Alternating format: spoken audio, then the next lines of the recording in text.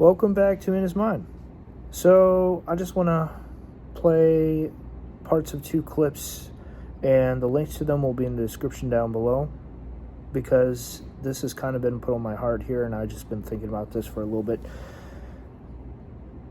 I want to say that it's a lot easier to digest and to hear these stories when they're put on here on YouTube or through some other medium where you could actually just read about it or hear about it, simply because you're not going through it and the personal touch is not there.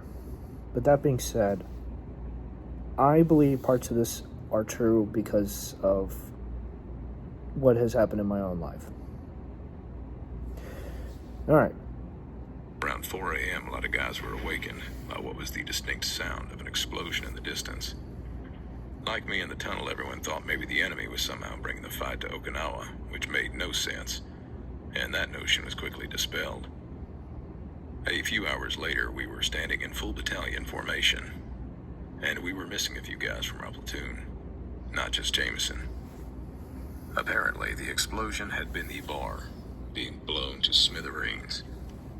Killed all of the guys sleeping with the girls upstairs, including Eddie. Took out a good part of the buildings around it too, apparently. Never did see it. They restricted us to base from then on. I never heard from Brian again. Never found out what happened. The incident was covered up. Gas leak, they told us. Maybe that's how Brian did it. Opened the gas lines in the kitchen. I was probably the only one who knew anything about it. And I figured saying anything might incriminate me, just make things worse. Jameson went into a coma. Too much blood loss. He didn't make it. It was then that I stopped making new friends. Good thing, too. I would have lost a lot more once I got to Vietnam.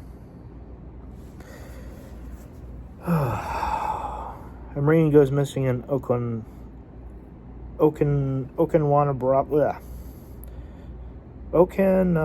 brothel. I can't say that. Anyway, it's pretty serious, but it's a very good story. I don't want to spoil anything for you, so check it out. But it's the end that stuck with me for the longest time, about someone who detonated the explosive device in the bar who was not a part of the military, he was not part of the unit, and I have my suspicions on the fact that it was a spirit. However, it's inconclusive, and as far as I can tell, there's no evidence to support anything about it other than just a gut feeling, so to speak. I'll play the second part, or rather the second video. This is the true story of 6 U.S. Army soldiers, intel specialists, by the way, which I also was, who were tried and convicted of abandoning their post in West Germany to fly to Gulf Breeze, Florida. Their reason? Because a spirit they spoke to through a Ouija board had warned them about the coming apocalypse and had ordered them to find and kill the Antichrist. The military officials who interrogated these men were left as dumbfounded as I am. This is the story of the Gulf Breeze 6. The intro is pretty spicy. Love the intro. Awesome. I want to say Gulf Breeze 6 is not something I heard about before, and even some of the locals were never familiar with this story at all. So it's definitely worth looking up. The story itself goes into the full account, so again, the description is in the link down below, so check it out. But I want to say, for personal me, I want to say something kind of clicked, and totally unrelated, watched something else that just things started clicking and falling into place, so to speak, here. But wanted to share with the fact that the entity that was in my life for many years, I thought he was there just to kind of guard me against other things, to keep me safe, so to speak. But I want to say in the past couple of months, last year, sometime in last year, is when that changed. And I began to understand that things may actually have been very different. The thing is, spirits are very lethal when they have orders to fall out, whether it be angels or demons with permission.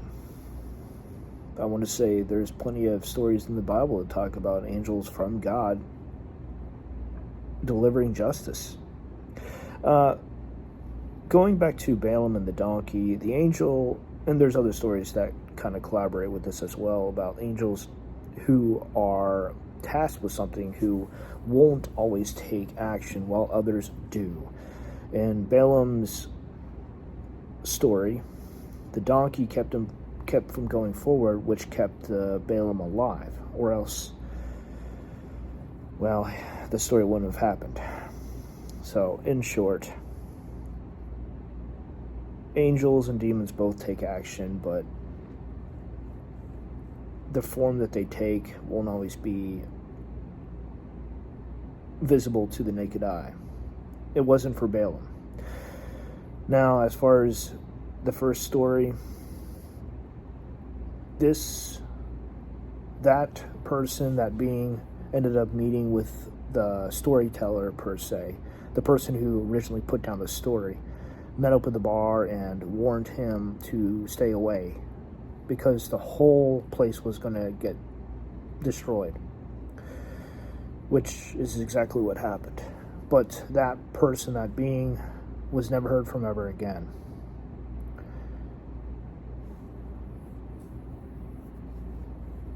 As far as the second account, even though it's through a Ouija board, it's noted that angels from God don't need such devices to contact us. So it was another kind of spirit. But this raises up the whole entire premise of this video here is the whole, when it comes down to the Antichrist, when it comes down to others, it's very real for there to be assassination attempts, for there to be, how do I put this? For there to be hits out on other people. I'm not sure whether or not angels participate in that, but demons definitely do try to get others to participate in this for sure. But these attempts, these attacks, are something that have been noted through time and history. It's just, I'm not sure how much further to go into this, but I wanted to point them out here and just to link the videos down below. And yeah, I mean, Wartime Stories is one of my favorite channels. They've always got some good stories to listen to and to check out. And they themselves were put under the umbrella for Ballin Studios, Ballin something. He was a former Navy SEAL, and his channel is also pretty good too. So highly recommend checking him out. But the thought that spirits are complicit with assassination attempts and putting hits out on others is something that I never really took into consideration. And it may actually be part of the reason why the Antichrist is not here, simply put. Who knows? It's worth a thought, but probably don't want to go too deep and worry and stress over it.